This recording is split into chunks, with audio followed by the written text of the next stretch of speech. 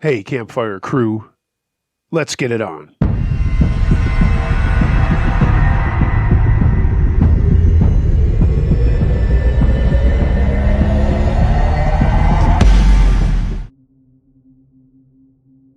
Guy at McDonald's, submitted by Jeff E. During my sophomore year of college, I'd been working at a local grocery store in the town that I was attending school. I was living on campus about an hour away from my house and just wanted something to supplement partying and having fun and not draining the money that I had made over the summer. Unfortunately, the supermarket had to let a bunch of people go, and even though I worked for the same chain in my hometown, there was nothing that they could do to keep on a couple of us part-timers. Looking back, I laugh at that and wonder why they would get rid of part-time help and not just one full-time person. Oh well, I was a musician and not a business or finance major, so I just figured whatever, I don't understand, so what. I still wanted to make some extra cash though, beer nights, going out to bars, and so on. So I decided to take a job at the area McDonald's. There were 2 other students from the college that worked there, but most of the people who did work there were townies. For the most part, they were all really cool. Our restaurant was located on the main drag a little ways away from campus, and there were a couple of other restaurants also out there not far from ours. They interspersed stores like TJ Maxx, the supermarket I mentioned before, and so on. After about 3 weeks of working Saturday and Sunday mornings, yeah, believe me, as a college student, getting up to work Saturday and Sunday mornings was a complete pain in the ass, and I assure you I was more than hungover most every time I was there. But I liked it, because it let me out on the afternoons and also offered me the ability to work a couple of nights a week if I wanted to as well. Weekend shifts were not very popular with anyone. I didn't care. I was 20 years old, full of energy, and knew I could do it without problems, and I was never late once. As I was saying, I started to notice something strange. There was this group of people, some older folks who we found out would go up and down the street hitting up all of the restaurants for a senior coffee and other senior discount food. They would start at one end and spend the majority of their day going from restaurant to restaurant, turning around and going back the other way. Okay, whatever. It was just a bunch of older ladies, and that's what they liked to do. Sit in a restaurant with their coffee, smoke cigarettes and talk, and then maybe get a sandwich or something.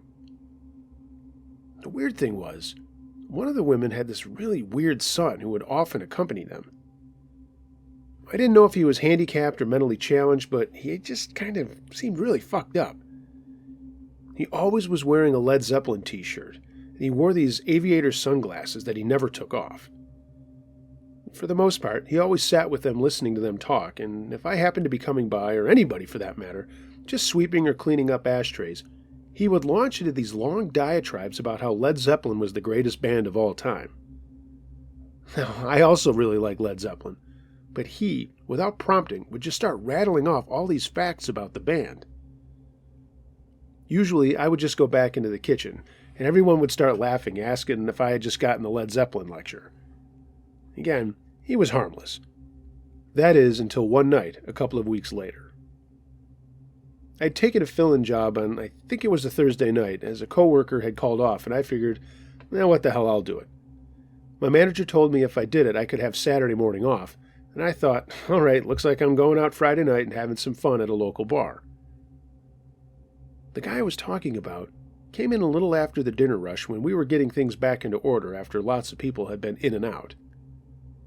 He came up to the front, and I was in the back, but I noticed him standing there doing nothing, while my friend, I'll call Christy, was asking him if she could take his order.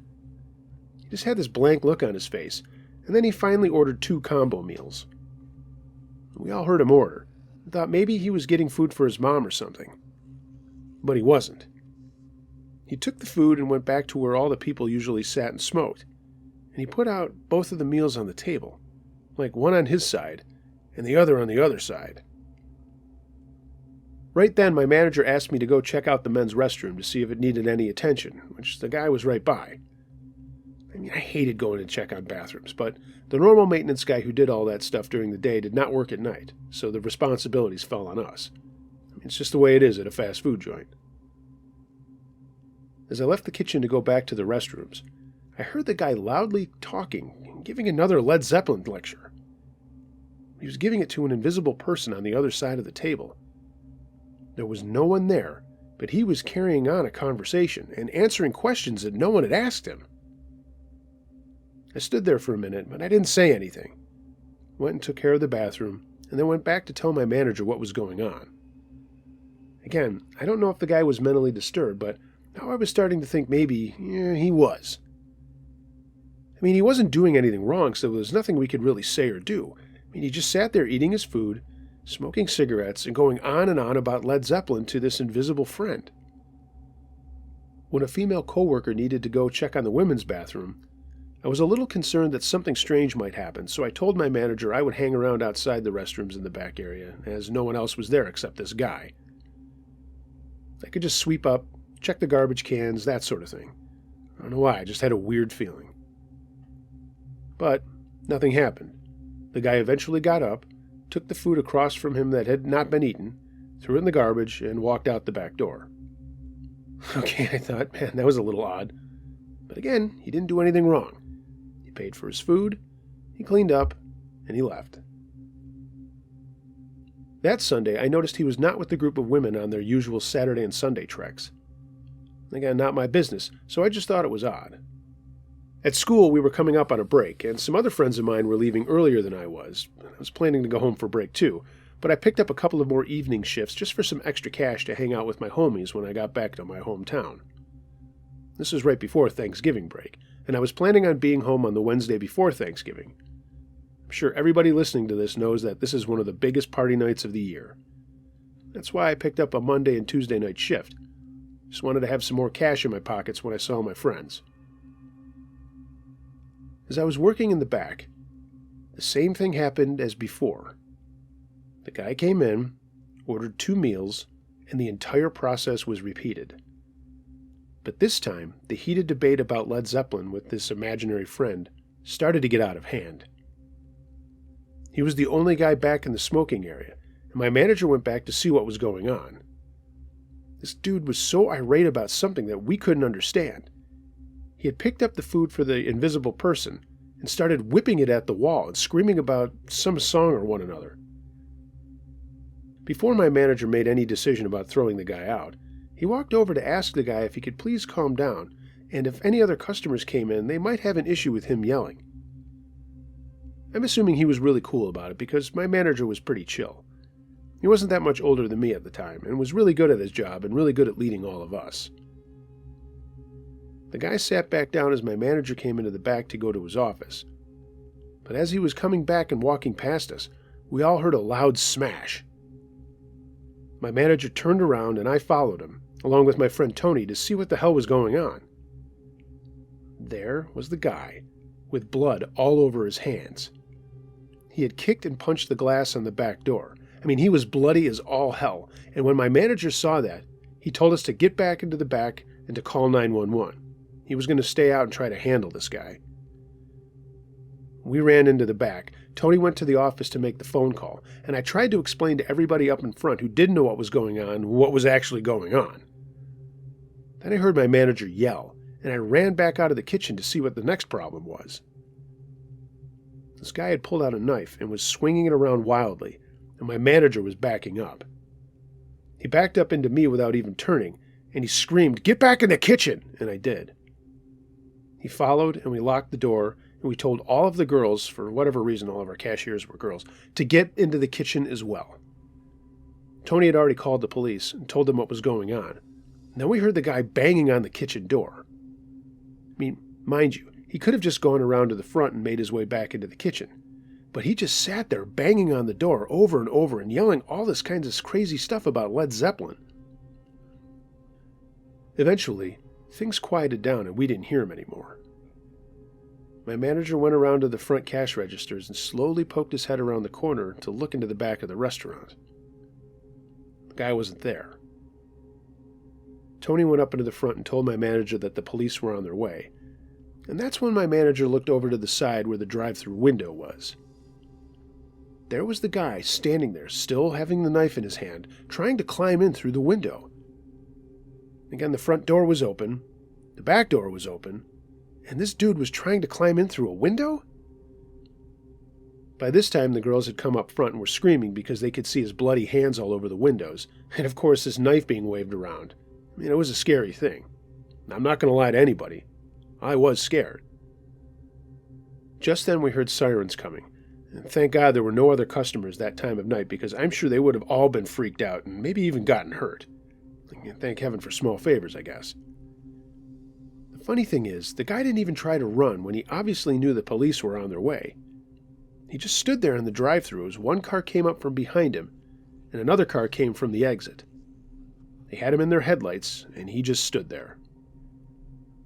They did the whole drop the knife, get down on your knees routine, and obviously saw that his hands were very, very messed up. We were all kind of huddled around the drive-thru window watching as all this happened. At least my manager and I were up front, and the three girls and Tony were right behind us. We watched the whole thing go down.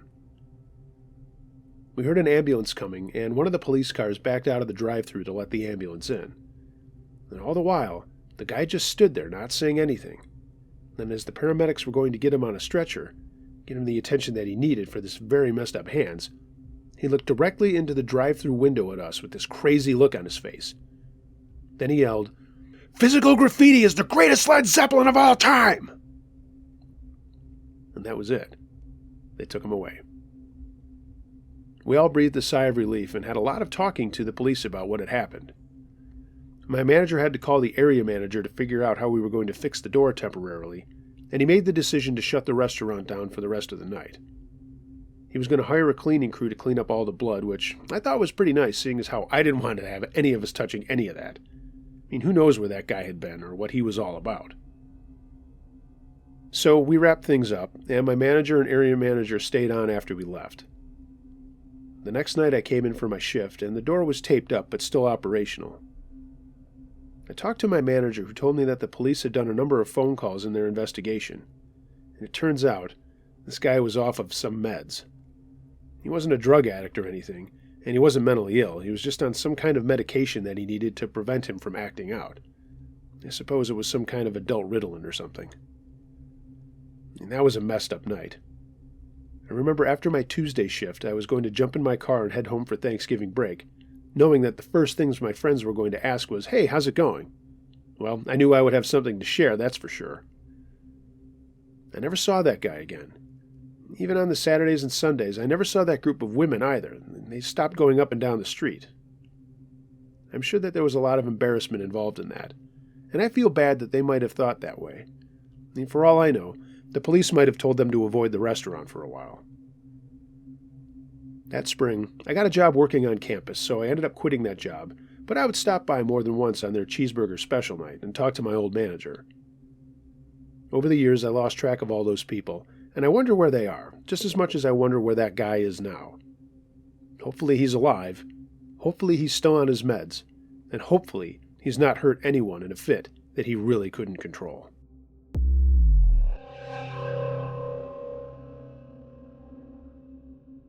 The Dumpster, submitted by Brendan.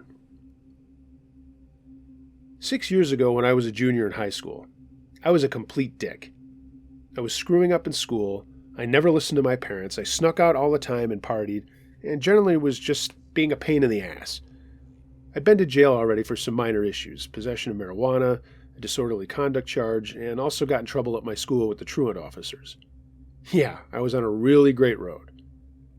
Looking back, now that I'm 23, it's so clear how good I had it and how much of an asshole I was to my family, and to some of my friends, too. We lived outside of Portland, Oregon, and I still live there and just finished my college degree in biosciences. I had an older and younger sister that were angels, and I was the black sheep for sure.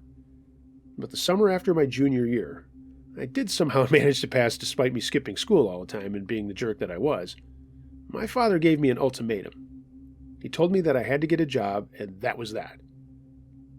For the last 2 weeks of school, I pretended like I was interviewing at the local Arby's, Burger King, McDonald's, and the pizza places. I wasn't doing any of that. I just kept telling my dad that they weren't hiring or didn't need me at the time. Well, my dad looked into where I'd said I'd interviewed, and when he found out that they had no idea who he was, he flipped out.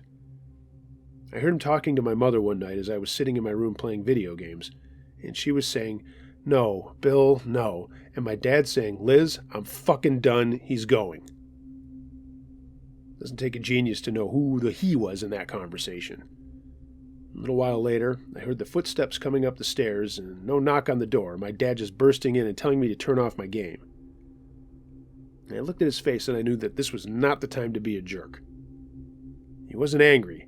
He was dead serious, and I knew when he looked like that, something was about to go down. If he was yelling, I knew that I could push issues. But if he looked like this, I knew something was up. "You are disappointing your mother and me," he said. "You're a smart guy, but you're ruining your life at this point, and I'm not going to give you the lecture about your permanent record and all that bullshit, kid. But I've made a decision about what you're going to do this summer, and this is it." He paused, and before I could ask what he was talking about, he said, "This Tuesday, you're flying out to your uncle's in Montana. You're going to work your ass off at his gas station and food stand, and I've told him that if he doesn't feel like paying you, he doesn't have to. You're going, and that's it." Of course, I objected at that point and started a fight, and he looked at me again, and I stopped because I knew he was not fooling around. My dad was a big dude, an ex-Marine, and I cannot believe the amount of shit that he put up with that I threw his way. He was tough, but he was gentle. He was rough, but he was fair. I mean, he could have squashed me like a bug, but he never ever raised his hand to me. Again, in retrospect, he gave me so many chances, and I pissed them all away. But now it was summer, and I wanted to just fool around. And here I was, going to this unbelievably remote gas station food stand place to work for free. Sidebar, my uncle did pay me, but that's neither here nor there. So after some more arguing with my mother when she came in, she said, "It's the best for you, Brendan. We really need you to do this for yourself." I thought, yeah, right, for myself. You're throwing a kid on a plane out in the middle of bumfuck Montana because you don't want me around and you don't have to deal with me. That was it. My dad helped me pack, got me the plane ticket, looked me dead in the eye, and said, "If I find out you don't complete this flight, I will find you and destroy you." That actually made me laugh, and he laughed too. Then he took me aside from the rest of my family and said, "Son, I know deep down you're a good guy. I know you are. I would tell you to join the military, but you've got to learn some lessons before that. I know you're angry with me about sending you out there, and I know you won't see your friends over the summer, but I really, really need you to do this." And at that moment, I realized what he was trying to do, and for the first time in my smart-ass life, I resigned myself to listening to my dad and doing what he wanted me to do without the backtalk and the other nonsense. So a few days later, there I was on a plane, heading out to Helena, Montana. My uncle was also an ex-Marine and another no-nonsense guy. He picked me up in his truck, and we made the 4-hour trip out to his place in the middle of nowhere. He had a really nice home behind his business, but there was nothing else for literally 15 miles in any direction. And when I say direction, I mean the one road that went by his place. Like I said, it was a gas station with a food stand. And I'll call it fast food because it was really just mostly fried crap, burgers, hot dogs, and stuff like that. On the ride out, he read me the rules about what was going to happen according to the agreement he made with my dad. I was to live in his house, do chores around the house when needed, but I would be running the food portion of the gas station. And when I say this was in the middle of nowhere, that doesn't mean we didn't have customers. There were lots of truckers and other people traveling that would stop to get gas, get some food, go to the bathroom, get some snacks, that kind of thing.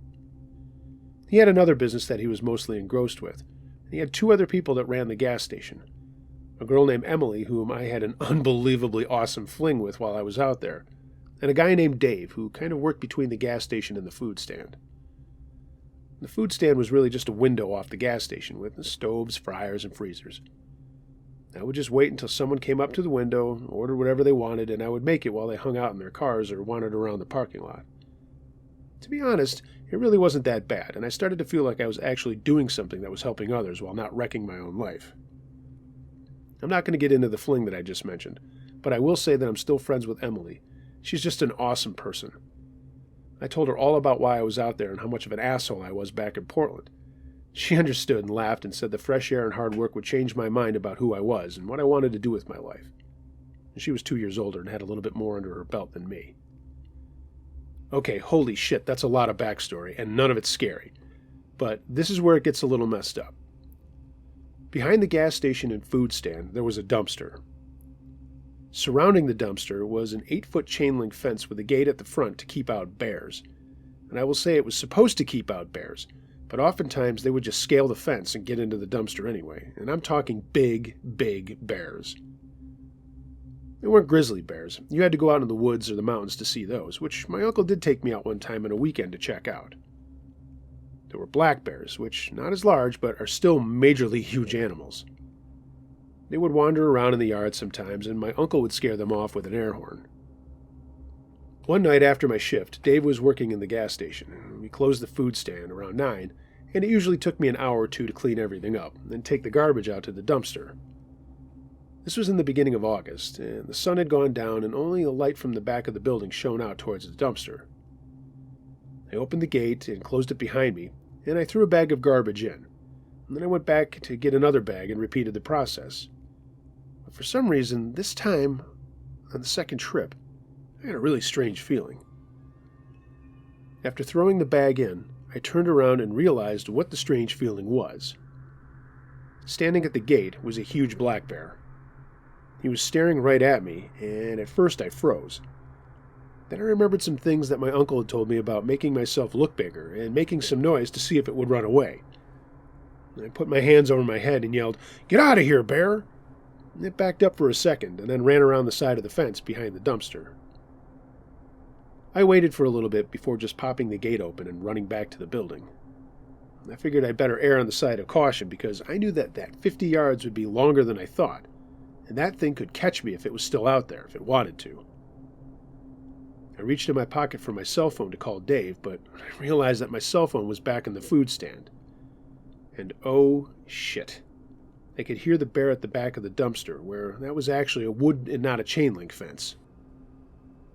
It was snuffling and kind of growling, and I could hear his body rubbing against the wood fence. I went to the front and gingerly tried to open the gate, but then suddenly heard heavy footsteps. The bear came tearing around the side of the chain link fence and stood there in front of me again. I'm not kidding, I almost shit my pants. I didn't know if I could run through the gate or climb over it, so I just kind of backed up and tried to do the "get away, bear" thing again. It didn't work, but this time it kind of stuck its face into the gate and had a really low growl, and I knew that this guy was not leaving anytime soon. It started to put its front paws up on the gate, and I picked up a rock and threw it at it, but it made a loud pinging noise. This seemed to shock the bear a little bit, and he went back on all fours. He wandered around the back again, and I kept telling myself, "You can run, you can run, you can run." But a clear head came through and said, "No, you can't, no, you can't, no, you can't." By this time, I'd been out of the building for at least 15 minutes, with this bear circling me. I don't necessarily think he was out to get me. I'm sure he just wanted to get in the dumpster. But there I was, between him and his dinner. I know he didn't want me there, and I'm sure given the choice he would have gotten me out of the way. I was desperately thinking, how the hell is anybody going to know that I'm out here, wishing Dave would just realize that I was no longer in the building. I was almost on the edge of tears, thinking, what am I going to do? The bear came around the front again and sat down on his haunches, looking at me. And for whatever reason, I tried talking to it, saying, "I'll let you in here if you just let me by." Yeah, brilliant. Talking to a bear. But hey, I had to give it a shot. It was about another 15 minutes of the bear circling and sitting and staring, and then circling again, and then sitting and staring, when thank God Dave realized that I was out there. He must have looked out, saw the bear, and then went back inside and grabbed an air horn. He started blasting it off while moving towards both of us. This time, the bear got up and took off into the field next to us, and Dave screamed for me to run into the building. It didn't take me long to think twice. I opened the gate, shut it behind me, and I hauled ass back to the building. We went inside, shut the door to the place, and Dave looked at me and said, "Dude, are you okay?" I went to the bathroom, threw up, and then looked at myself in the mirror. I was pale and sweating and terrified. We called my uncle, who came out with a rifle, and told him the whole story. And to my chagrin, he burst out laughing and said, "Serves you right, you little prick." At the time I was angry when he said that, but when I think about it now, I laugh my ass off. He was right. I needed something to scare me into being a responsible person and not a jerk to everyone who cared for me. For the rest of the summer, I never saw any bears out there, but I was always sure to take the garbage out well before it got dark, and with Emily or Dave watching from the back door of the building. Long story short, I learned my lesson and went back home, and now try to go out there as much as I can, as my uncle is teaching me how to hunt. And I'm happy to say the only bears that I see out there are through the scope of a rifle. The funny thing is that I have gone on bear hunts, but I refuse to shoot them. Deer or elk, you name it, that's my bag. But I will never shoot a bear. I have respect for them, and have respect for the one that got me back on the right track into being who I am today. Hope you read this, Uncle Jay, and as you say, everyone be excellent to each other.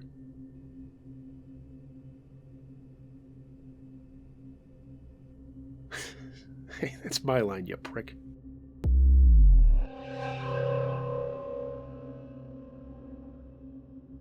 The Guy in the Drive-Thru, submitted by Alyssa S. Hey, Uncle Josh. I'm a new listener with your podcast, so sorry if this entry is more of a traumatizing what the fuck kind of story than anything, but, I was only 16 in this story, and I'm not sure any teenager should see something like this. I was working at a shitty little fast food joint in my town. The demographics of my hometown are the same as any other, except we're in the more rural parts of the country. So you've got the super rich folk that maybe they're on the school board, or own a restaurant in town, shit like that. That was wealthy to us. But other than that, it was lower middle class, so people on government assistance, barely making ends meet, and, well, you got it by now. If you know anything about sleepy lower middle class towns, you know they're a breeding ground for drugs, junkies, crackheads. We had them all. It was a weeknight, and it couldn't have been anything like a Wednesday or a Friday. It was pretty slow. I was working the front register in this place, and I hate the front register. Anyone who's ever done anything in food service or retail knows front register is the most hated part of the store. But luckily it was getting time for me to go home that night. It was about 8 p.m. and we closed at 10. My manager told me to bring my drawer to the back so I could be counted and clocked out.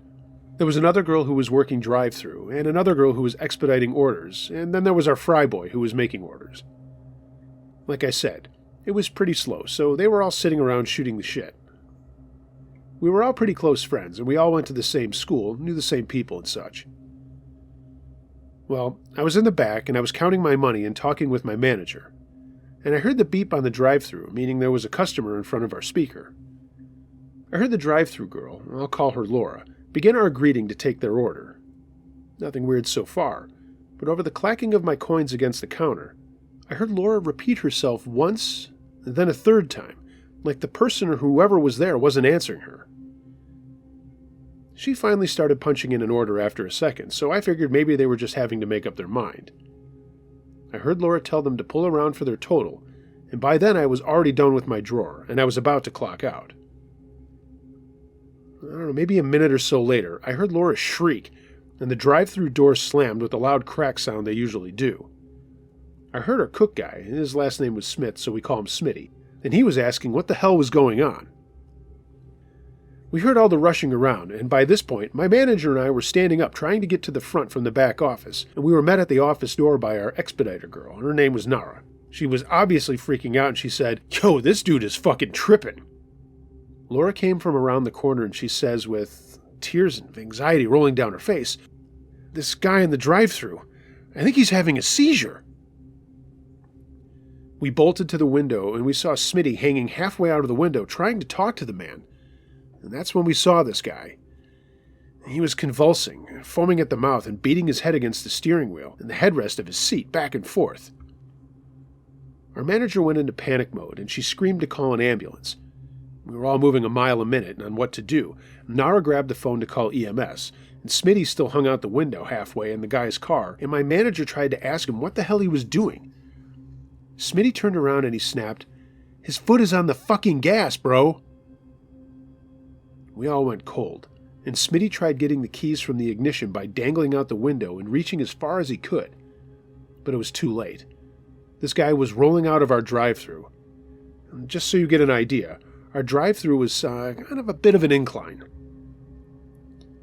Once you're pulling away from the window, you're swinging right down this hill into the exit and then into the street.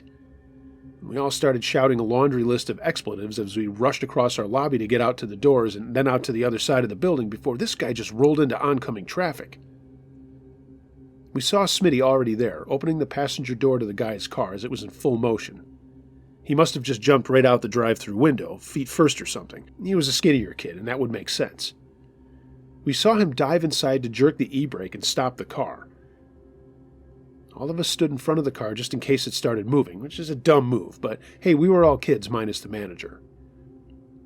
Nara was still on the phone with the 911 operator, and she told us that they wanted us to take his keys. So my manager opened the driver's side door to maybe see if this guy is responsive at all. Nara handed her the phone as Smitty grabbed the keys out of the ignition, and she told the operator that she was going to hold the guy steady to her chest to protect his head. Her husband was prone to epileptic episodes, so we guessed she knew what she was doing. So Smitty finally got out of the guy's car, and then something clinked on the ground, like it had kind of fallen out of the passenger's seat. We all looked to the ground, and it was a needle and syringe. We all got a new wave of fear knowing that this guy was probably overdosing. "What the fuck?" Smitty yelled and started checking himself to make sure he didn't get stabbed or poked by some dirty needle. The guy was still convulsing, but not as violently. His eyes were in the back of his head still, and now it was more like a twitching motion he was making. So we pulled him out of the driver's seat so our manager could protect his head a little better. It was literally 3 high schoolers pulling a grown man who was basically dead and weighing in his seat out onto a sidewalk. It wasn't fun, and I wouldn't recommend it. We heard the ambulance coming, and we were all wondering if we should mention the needle. My manager let go of the guy when the paramedics pulled up and his head dropped. And when I say dropped, I meant this guy went entirely limp. No more twitching or anything. No movement. And all 5 of us looked at each other like, is this guy dead? My hand was over my mouth, wondering if we literally just watched a guy die right here in our lot. When the paramedics got closer, we didn't mention the needle. I mean, shit, they do this all the time, and I'm sure they'll piece that together on their own, I thought. They asked us to move his car away from the flow of traffic, and we put it in neutral and just pushed it to the end of the lot in one of the spaces that are never used. The paramedics checked him out, and apparently he was still alive but barely breathing. Either way, thank God. We all sat on the sidewalk outside the window. Our manager was on the phone with our GM, and he was in shock. We've never had something like that happen. Like, ever. We closed early that night. And people were pissed even though we were literally explaining that there was nothing we could do, but you know how customers are. Most of them are assholes. They took that guy away in the ambulance, but we still sat on the sidewalk for a few minutes. Our manager smoked a cigarette and told us we did a good job handling it the way we did. But I didn't feel it that way. I felt exactly how I said before. Traumatized. The GM gave all of us the next couple of days off after that. I mean, I needed it, honestly. I literally thought that dude died right there. And wherever he is today, I hope he has his life together, drug-free. This was a couple of years ago, something like in the spring of 2017, maybe. I've moved jobs since, and so has that manager and Laura. But about a year ago, we all woke up to the news that Smitty had died due to an incident involving gun violence. The police ruled it as an accident, but I have my doubts with how it all went down. I'm saying this just because I'm dedicating this entry to Smitty. He had a heart of gold. I mean, the guy literally hurled himself into a stranger's car to save him from rolling into traffic. That guy was genuine. Everyone, please hold your friends close and say what you need to say, because you will not fucking know when your missed chance was your last one. I love you, Smitty.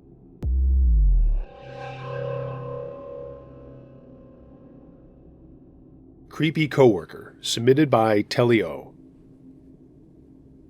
This took place in the early 2000s when I was in between deciding what I wanted to do with college. I had an associate's degree, but wasn't sure if I wanted to go on for my 4-year degree or get another associate's. I was working at a fast food joint, and I'm not going to give the name of it. I don't think that's necessary.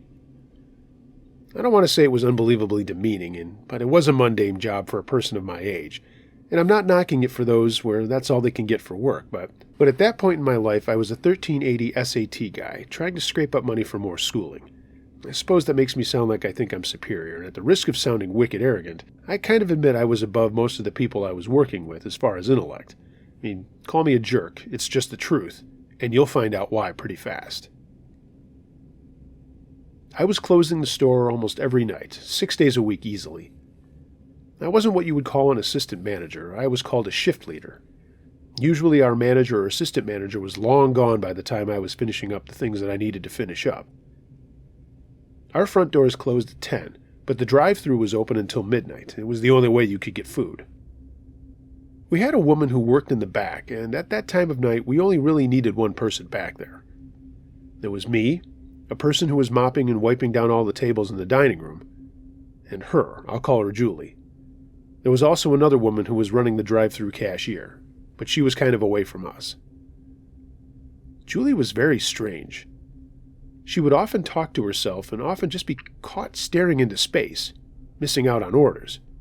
I mean, she got along with everyone, but she was just very, very weird. Although she had multiple uniforms, she would wear the same one every single day for a week at a time and then change to another one for the next week. Working in fast food, outside of the food and condiments getting on your clothes, all the smells of oils, the broiler, and then add body odor and someone who obviously did not wash all the time, makes for one gamey appearance. But she worked well with everyone, and no one gave her a hard time. One night, a person came back from the drive-thru complaining about their meal. They said it tasted funny and wanted either an exchange or a refund. And when we pressed him about what was wrong with the meal, he couldn't put his finger on it, but he said it just didn't taste right. Usually at that time of night, I was not into arguing with anybody. It was easier to just give them their money back or make a different meal. So that's what we did. I tossed the uneaten food into our churn bucket and had Julie make him another meal. No problem, right? Well, the guy came back the next day in the afternoon, right before I started my shift. He had been unbelievably sick the night before and up until then. Food poisoning, he thought, and he had nothing else to eat other than the meal that we had provided him. My manager was really cool. He felt sorry for him but said that we really couldn't pinpoint us as the culprit to his illness, but we would be happy to refund his money and give him some coupons for free stuff. As mad as the guy was when he came in, when he got that result, he seemed to be very happy with things and left. So far, so good. Not really. 2 nights later, another drive-thru customer came back to the store complaining that the food tasted funny. It was like a repeat of the other night. The same rigmarole went down. We got him a new meal, and I kid you not, that guy came back the next day complaining of stomach problems, and that he had had nothing to eat other than what he had bought from us. At first I was thinking maybe we just got a bad batch of food from the distributor, whether it was burgers or fries or whatever.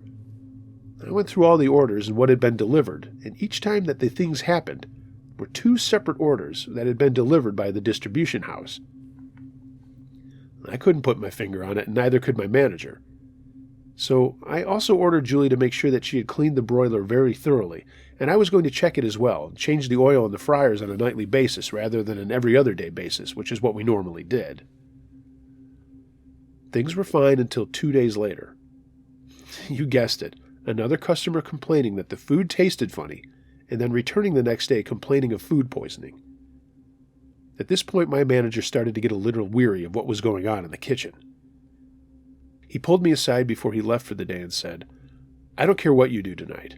I want you to keep a very close eye on Julie." Easier said than done. I knew I was going to be staying later than everyone else to make up for the things that I wasn't doing, which I didn't really care about. I was still getting paid. But having to have a hawk eye on someone in the kitchen is not the easiest thing. When you're the only 2 people back there, the other person kind of knows where you are at all times. I set up shop doing dishes and told Julie that I would take care of the fryer oil while she continued to make food for those who came through the drive-thru. I figured if there was any kind of shenanigans going on, I would be able to spot it, as she was on the other side of a counter that I could kind of watch her as I did my thing.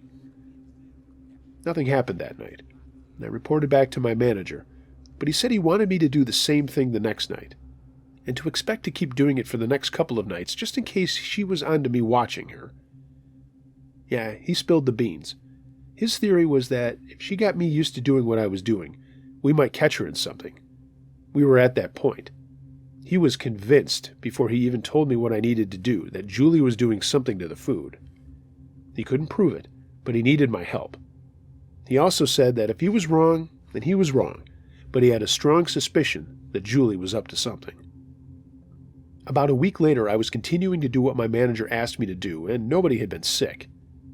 It was getting close to our full close time, meaning the drive-thru was also going to be shut down, and a last-minute order came in. I was helping clean out the broiler, but it was still running, and the order came back.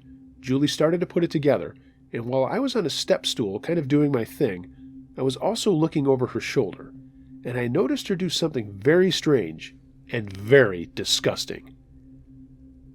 She kind of looked out of the corners of her eyes, left and right, not knowing that I was watching her from above. And as she was making a sandwich for the customer, she opened a drawer and pulled out a bottle of foot powder. Without a hitch, she dumped a portion of the foot powder onto the hamburger, put a piece of cheese on top of it, and the rest of the condiments. Then she wrapped it, warmed it up in the microwave, added some fries to a bag, and then slid everything down the front chute to the drive-thru cashier, and then went back to cleaning up her station. I immediately ran back to the office, called my manager, and told him what I had just seen. He said, "Don't do anything. I'm coming in. Just keep it business as usual." About 15 minutes before we were totally done for the night, in came my manager. Without saying a word to me or Julie or anybody else, he went right over to her workstation, opened the drawer, and pulled out the foot powder. He held it up in front of her and asked why that was in her drawer. She said it wasn't hers and had no idea how it got there. A little more digging into the drawer found a pill bottle with some unknown substance. And again, he asked her where it came from, and she said she had no idea. I mean, that was a total lie, as every single night those drawers are completely emptied and sanitized for the morning crew. At this point, Julie started backing up towards the door to leave the kitchen and go out into the dining room, but my manager grabbed her by the arm and she started screaming. She tried to bite his hand and his arm, and he yelled at me to call the police. I could see that he was going crazy trying to hold this woman back, so I yelled to the cashier to call the police so I could help him out. Julie fought like a wildcat, scratching, biting, screaming, and just going bonkers. She went from being a crazy person putting crap into people's meals to a full-on psychopath. I mean, it was all we could do to hold her against the wall before the police could get there. They got there in about 10 minutes, and we were still thrashing around with her, but they took over, got her into cuffs, and took her outside.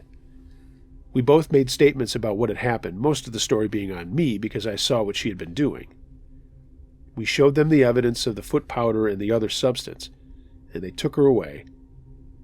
My manager thanked me for helping him figure things out, and then started to make the phone calls to arrange for meetings with his bosses to come out the next day, as this was not going to be a normal firing. Oh yeah, Julie got fired.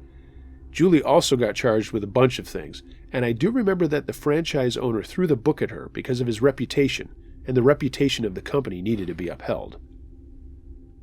Afterwards, it was all rumor about what had happened to Julie, but I think they determined that she had some pretty serious issues at home, and for whatever reason was taking it out on random customers. Some kind of release for her was what they said. I know she did jail time, but after that I ended up quitting that job and got accepted to a school 3 states over, and I headed out that fall.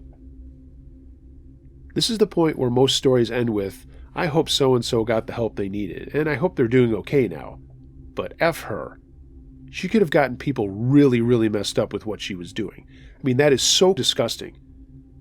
I don't care what happened to her, be it good or bad. And by the way, we never did hear what the other substance in the pill bottle was.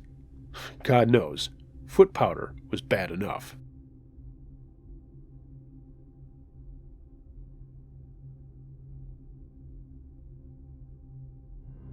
Hey gang, thanks for listening to this episode of Uncle Josh's True Scary Stories. I hope you enjoyed it. If you have a true scary story of any nature that you would like to have narrated on my channel, email it to unclejoshtruescarystories@gmail.com. I read them all. In fact, I'm working on another volume of ghost stories, so if you have anything of a paranormal nature, please send it my way as quick as you can. Please like, share, and subscribe to my channel. Make sure you hit the notification button for updates, and of course follow me on social media. All of the links to that are in the description below. I hope all of you are well, and as always, be excellent to each other.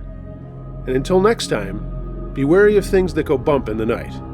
It could be anything. A ghost, a monster, or the guy next door.